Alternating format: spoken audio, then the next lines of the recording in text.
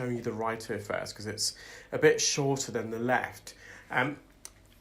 The backstory, so the case history of this patient is that they actually were seen by another audiologist who attempted to remove the wax from their left ear, but they actually found that inadvertently the wax got pushed further in and it got impacted on the eardrum, and so it actually exacerbated the patient's symptoms. And at that point, the patient decided to visit myself.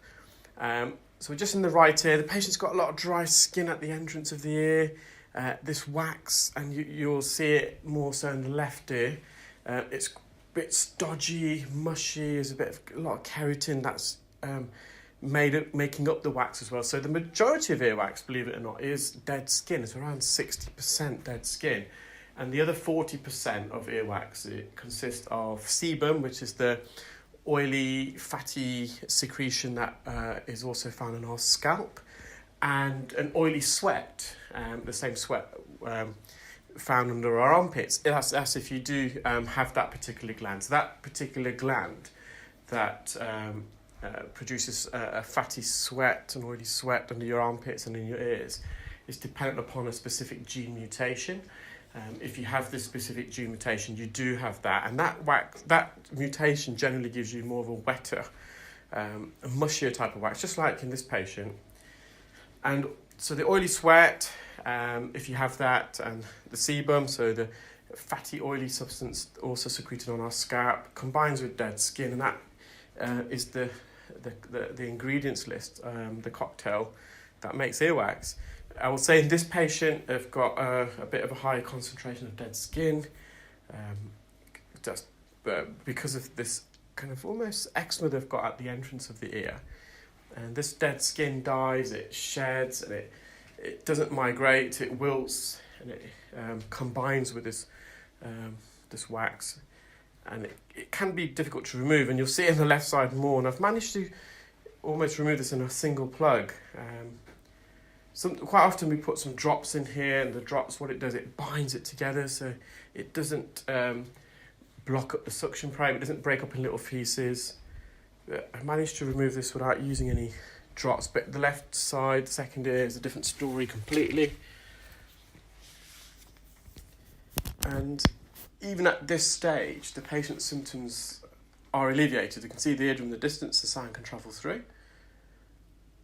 But I'm just trying to peel a bit of dead skin away if possible.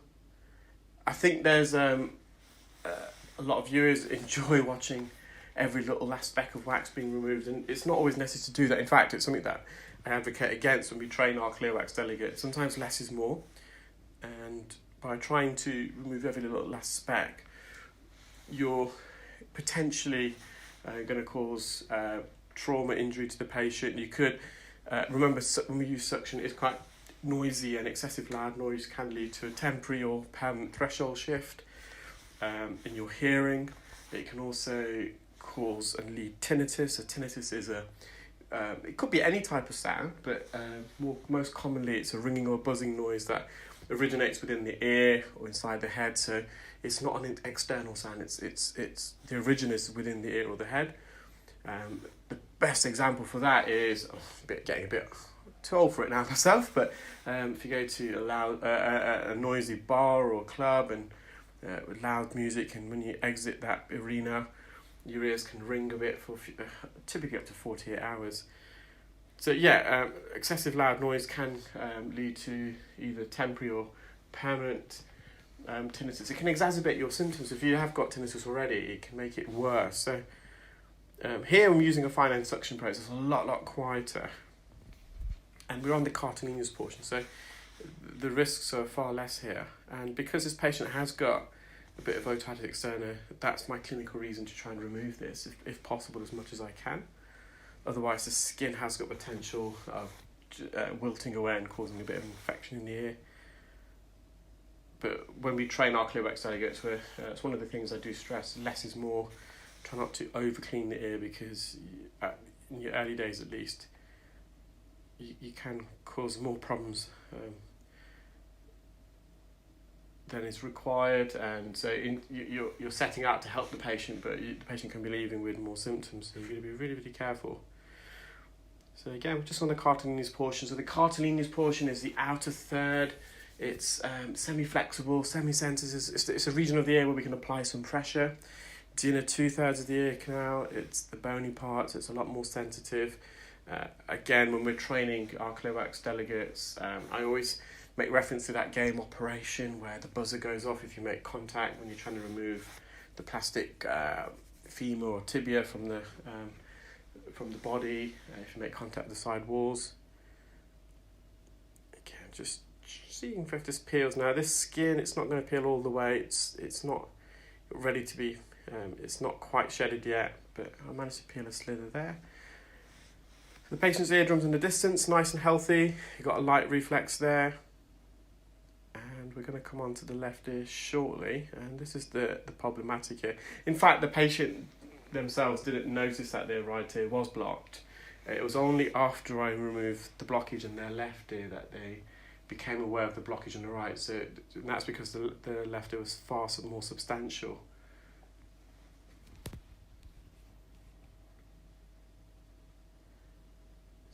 We're just on the outer third here.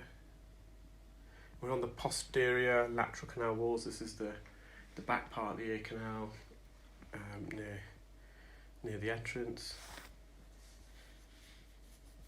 I saw some comments yesterday in yesterday's videos. There's quite a few angry people out there, aren't there? So this beggars belief when you read some of the comments. Thankfully, the majority of comments are really positive and great. But yeah, you get the odd few, I think some repeat serial offenders as well. And it was quite funny. I actually had a colleague, or a couple of colleagues should I say, who watched the video and they read some of the comments and they private messaged me.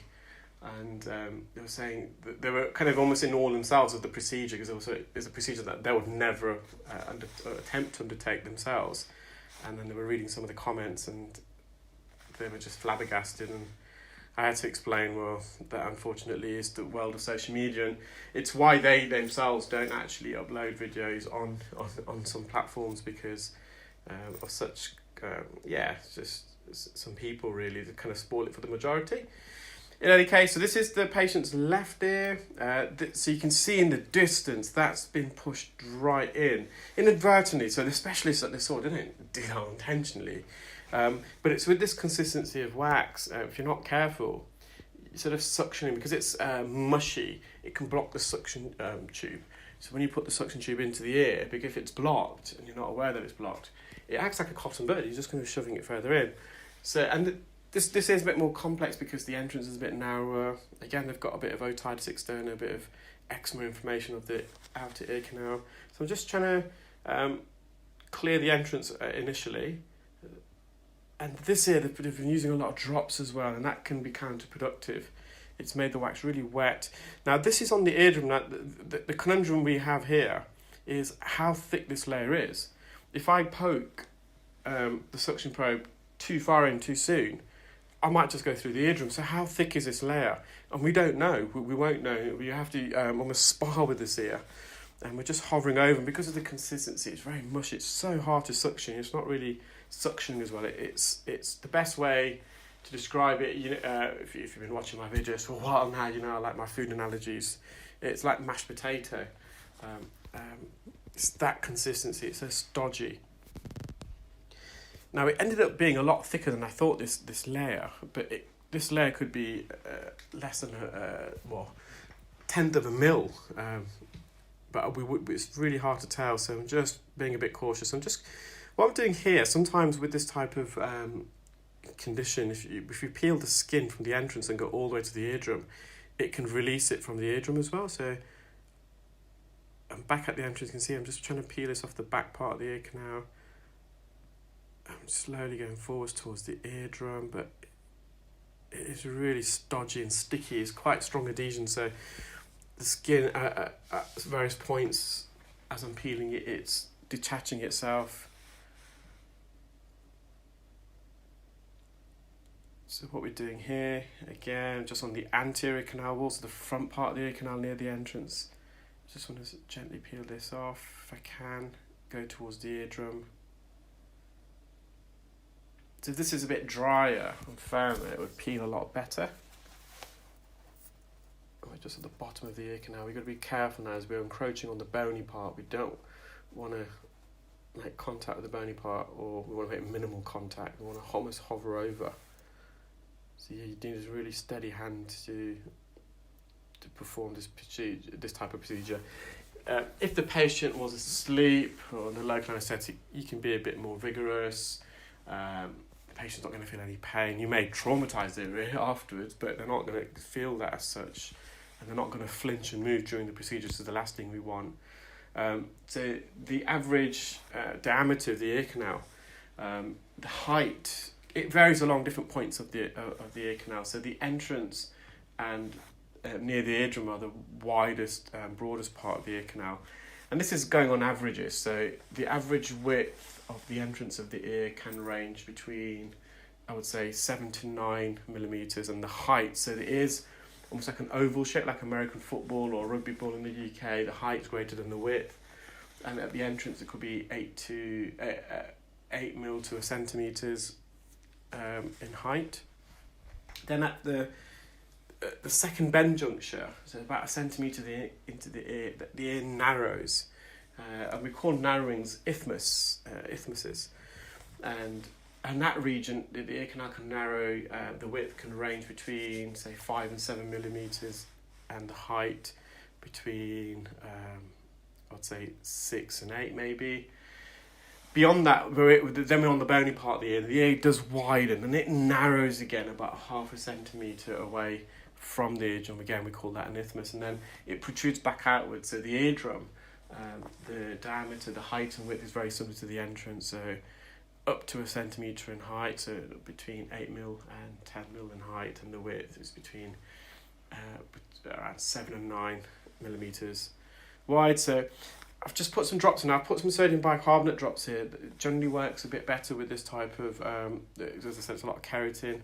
And again, I'm just hovering over the ear canal, over this impaction, because I just don't know how thick it is. If I embed the suction probe in too quick, too soon, I'm going to go through the patient's eardrum. So these are I wouldn't say, so I enjoy removing all types of earwax, but maybe it's not about enjoying it. These are probably the most challenging cases I find because of the consistency.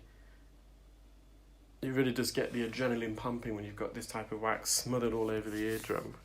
And for me, even if I can just remove half of this debris, the patient can hear, I'll be quite content. Over time, this should naturally migrate off the ear. It's just because it's been impacted, the patient's symptoms have been really exacerbated.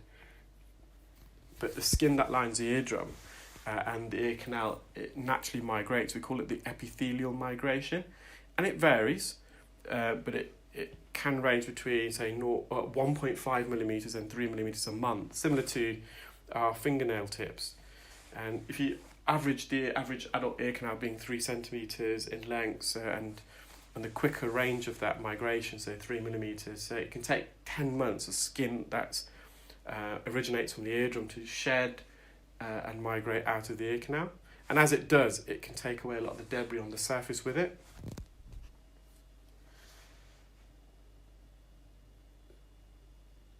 So again, I'm just trying to peel a bit more from the sides, hoping this goes towards the eardrum, but it never. So I think I'm going to put some more drops again, and we'll just have to trying to get this off the eardrum now. So the tactic of trying to peel the skin towards the eardrum so this comes off with it hasn't worked. Now we know this bit's a bit denser, you can tell by the texture, so it's a bit to the right of the suction probe, that's the flatter bit, and here the surface protrudes outwards a bit more, so we know this is a bit of a thicker layer, so I'm just putting a bit more pressure here.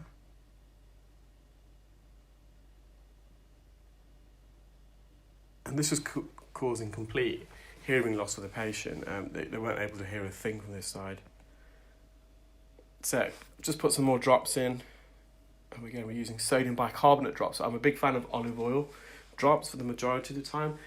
But when you've got a high consistency of keratin dead skin in the impaction, I find that sodium bicarbonate works better. The one thing I would stay away from and advise against, and I think this is what the patient used initially, it was hydrogen peroxide drops. Now, you may have seen that there's a little hole there to the right.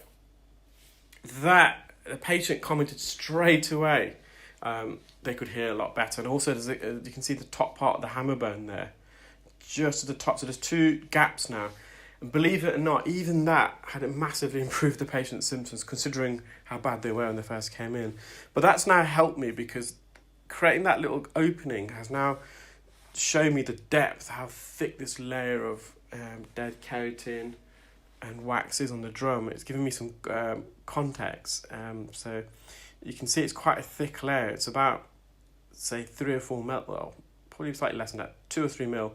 And now I've got a good suction grip. We're just removing this completely off the eardrum. You can see it's got trapped at the entrance because it's quite narrow. So that's quite a fair chunk off the drum. So their symptoms are completely alleviated. I'm just going to mop up as much as possible. Now, again, some people, I'm sure, are going to write some comments, and, well, it's up to them, but they're not going to like the fact that there's going to be a bit of staining around the edge. And again, we're not trying to cause any pain for the patient. That's my priority. I'm going to hover over as much of this wet. It's more staining, this wax. They've been using drops for so long. Another analogy, again, going to food, you're having your Sunday roast, and you finished all your Yorkshire puddings and your roast chicken and all your vegetables and your roasties, and the gravy is just coating the dish. And similarly, this stodgy wax skin that's been oiled, and it's just staining the ear canal. And it can be really, really hard to remove because it is sticky, this as well. It's stodgy. And again, we don't want to graze the canal. I'm trying to put a video, maybe tomorrow, if not next week, of a video where actually I did graze the ear canal accidentally using forceps, the tip of them, because they're quite a sharp tip. And I was trying to detach some skin off the canal wall. And I was, first of all, trying to lift the skin away as much as possible so I can get the jaws in safely. But unfortunately, it wasn't far enough away, and the distal end of the forceps just grazed it very, very slightly. Now, the patient themselves weren't aware, but there was a bit of bleeding. Obviously, I did tell them what happened, and I showed it to them as well, and it clotted straight away. And it was not going to cause them any issues per se, but again, I'd rather not have done that. So I'm just using the fine end suction gauge here. Just right at the roof. This is right on the top part of the ear canal.